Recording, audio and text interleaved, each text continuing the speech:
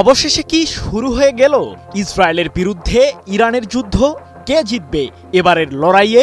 Israel অভিযোগ করেছে ইহুদিবাদী দেশটির বিভিন্ন প্রতিষ্ঠানে সাইবার হামলা অব্যাহত রেখেছে তেহরান। কিন্তু ইসরায়েলের শক্তিশালী নিরাপত্তা বেষ্টনী ভেদ করে কিভাবে এই হামলাগুলো চালাচ্ছে তেহরান? যুদ্ধের নতুন ঢেউয়ে ভাসছে মধ্যপ্রাচ্য। ইসরায়েলের জাতীয় সাইবার অধিদপ্তর INCD জানিয়েছে, ইরানের হ্যাকাররা সাম্প্রতিক সময়ে ইহুদিবাদী দেশটির বিভিন্ন গুরুত্বপূর্ণ প্রতিষ্ঠানকে লক্ষ্য করে সাইবার আক্রমণ চালিয়েছে। 23 অক্টোবর এক প্রতিবেদনে বিষয়টি নিশ্চিত করেছে ইরান ভিত্তিক সংবাদ মাধ্যম ওয়ানা নিউজ। INCDর দাবি, ইসরায়েলের শামির মেডিকেল সেন্টারে সাইবার হামলা চালিয়ে এটির কার্যক্রম ব্যাহত করতে চেয়েছিল ইরানের হ্যাকাররা।